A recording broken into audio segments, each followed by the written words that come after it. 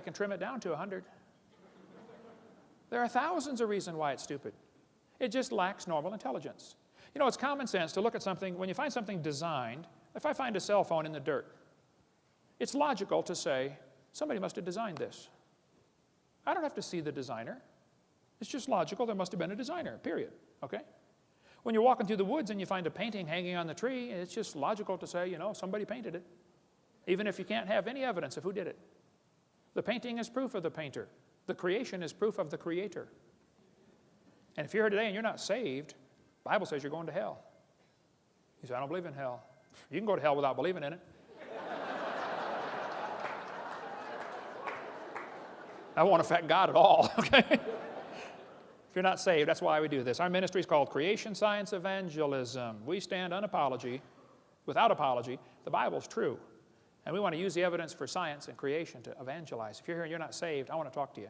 I'm not going to call you stupid to your face. But evolution is a stupid idea. Now, if you believe it, wise up, okay? Quit believing that stuff. We'll be glad to show you how to get saved after the meeting. Thank you so much.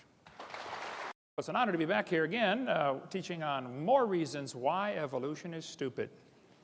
We probably could do a series, Bill, of 20 hours on this topic. But we only got one more hour, so we'll get done as quick as we can here. Why evolution is stupid. We left off in the last session talking about DNA, deoxyribonucleic acid, the most complex molecule in the universe. To say that formed by chance is just plain stupid. But let's suppose it did. Chromosomes are the most complex molecule there is, and penicillin only have 2 of these chromosomes, these DNA strands. So they must have evolved first, and then slowly over millions of years, they got some more chromosomes and turned into a fruit fly. They have 8. Very slowly over millions of years, they developed more chromosomes and became a tomato, or possibly a housefly. They're twins. It's very tough to tell the difference between these two. And then slowly evolved into a pea, and then over millions of years, it became a bee. Now there you can see the similarity. Pea, bee, very similar, okay? And slowly, over millions of years, we had triplets. Either the possum, the redwood tree, or the kidney bean came first. I'm not sure. Tough to tell them apart, folks. They all have 22 chromosomes, you know. Let's see, possum, tree, kidney bean. Let's see, possum, kidney bean, evolution. Oh. And then slowly, over millions of years, we evolved enough chromosomes to be a human. Here we are with 46. If we can just get 2 more, we're going to be a tobacco plant. I know some already smell like it. Sometimes I'll get on the elevator and I'll say, man, you're evolving. You're way ahead of me. And maybe someday we'll have enough to be a carp. And it probably won't happen in my lifetime, but maybe star date 349572, we'll have enough chromosomes to be a fern. Why don't they talk about the chromosome number as evidence for evolution? They tell the kids 20 kinds of amino acids, that's true, make up all the proteins. It says, explain how this fact supports the idea that all life shares a common ancestor. Well, that's like saying all the books in the library have the same 26 basic letters. That's a good point. You see, boys and girls, that proves they all evolved from Morse code. No, teacher, somebody wrote those books, okay? That's just stupid to say that the fact that we all have 20 amino acids is proof we're related. See, the reason God designed it where we all have the same basic amino acids that make up the proteins is so that the brown cow can eat the green grass and give the white milk, and I can drink it and get the blonde hair. See, if we didn't have all the same basic building blocks, we could only eat each other. Think about it.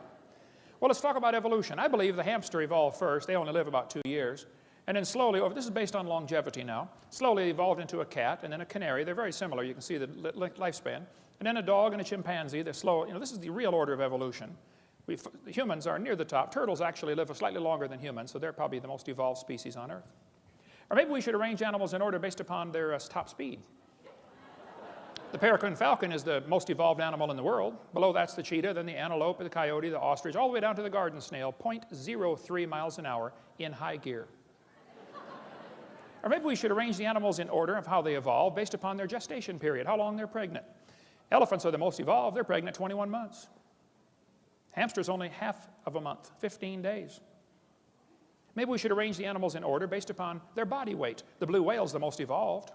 The shrew at 1/4 ounce, the least evolved animal. I mean, they just make up these charts to say how we evolved. They say the humans and the orangutans are 96% similar in their DNA. And that proves a common ancestor 15 million years ago. Well, now hold on a minute. Barney Maddox was the leading genome researcher on the DNA project. He said, folks, the difference between the human and his nearest relative, the chimpanzee, is at least 1.6%. He said that doesn't sound like much, but calculated out, that's a gap of 48 million nucleotides, and a change of only 3 nucleotides is fatal to an animal. There is no possibility of change. They used to think we were 98.4% similar. They've now discovered it's actually 5% difference. So there are hundreds of millions of differences between humans and chimpanzees. His nearest relative, the chimpanzee, that's stupid, okay? Now, some of my ancestors swung by their necks, no question, but none of them swung by their tails, okay? Now, arranging animals in some kind of fictitious order doesn't prove anything. All they're doing is doing this on paper. Even if they find him in order, it wouldn't prove anything. I mean, if I get buried on top of a hamster, does that prove he's my grandpa? Even order of burial wouldn't prove anything. But I've been doing research on the evolution of the fork. I've put together fragmentary evidence for a long time. I believe over millions of years, probably the spoons evolved. It's quite obvious. You can see the difference there. And I believe the knife evolved to the spoon and then slowly became a 4-tine fork. And if you break one off, it's a threek. And if you break another one off, it's a toque and then a wonk, okay? But I felt like I knew I had it right, but I felt like I had a missing link. I found it one day flying to Connecticut on US Air, the missing link. So the evolution of silverware is becoming very complete. Yeah. A lot of mutants didn't survive. When people found out I was researching the fork and evolution, they sent me all kinds of frauds. I mean, people are trying to get famous, okay? They were hoping for fame and fortune. This was an obvious fork head on a spoon handle, but my trained scientific eye caught it right away. That was a fraud. Of course, a lot of variations of races appeared along the way. Look, you can turn a cat to a cot to a dot to a dog, changing one letter at a time. You can play around with this for a while and turn yourself into a fool if you're not careful. Yeah. Now they tell the kids dinosaurs turned to birds. The Bible says the birds are made on the 5th day, reptiles made on the 6th day. You know, everything about the evolution theory is backwards to the Bible. Every single thing is backwards. The Bible says man brought death into the world. Evolution says death brought man into the world. The Bible says God created man. Evolution says man created God. It could not be more opposite. This guy says dinosaurs are alive as birds. Scientist says. Oh, wow, scientist says. Well, that's proof of something, isn't it? That's stupid, okay? Dinosaurs are not alive as birds, okay? Textbook says birds are the descendants of dinosaurs. Yeah, all you got to do is put a few feathers on him and give him a shove, man. It's not that hard. Man. They say Archaeopteryx is proof of evolution. Archaeopteryx is the missing link. Yes, boys and girls, there it is, the missing link. Archaeopteryx is a bird. A 100% bird, a perching bird. Now, textbook says bird feathers evolved from scales that protected the dinosaurs. You think feathers evolved from scales? That's stupid, okay? Feathers are incredibly complex. Scales are folds in the skin. They attach to the skin differently. They develop from different genes on the chromosome. They're both made out of keratin, and that's where the similarity stops. Feathers did not evolve from scales. There's no similarity at all. I like to show this to evolutionists. This is, as far as I know, the world's largest rock group. And I'll say, now guys, do you think there's any chance that George Washington's face could have appeared on the rock, just by chance? Do you think the wind could have done that with abrasion or exfoliation or thermal expansion of the rock or erosion? I mean, what caused his face to appear on the rock? They'll say, well, that was designed by a guy named Borglum and he built it. I say, right. Now I'll say, guys, do you think that George Washington himself, the real person, happened by chance? They'll say, oh yeah.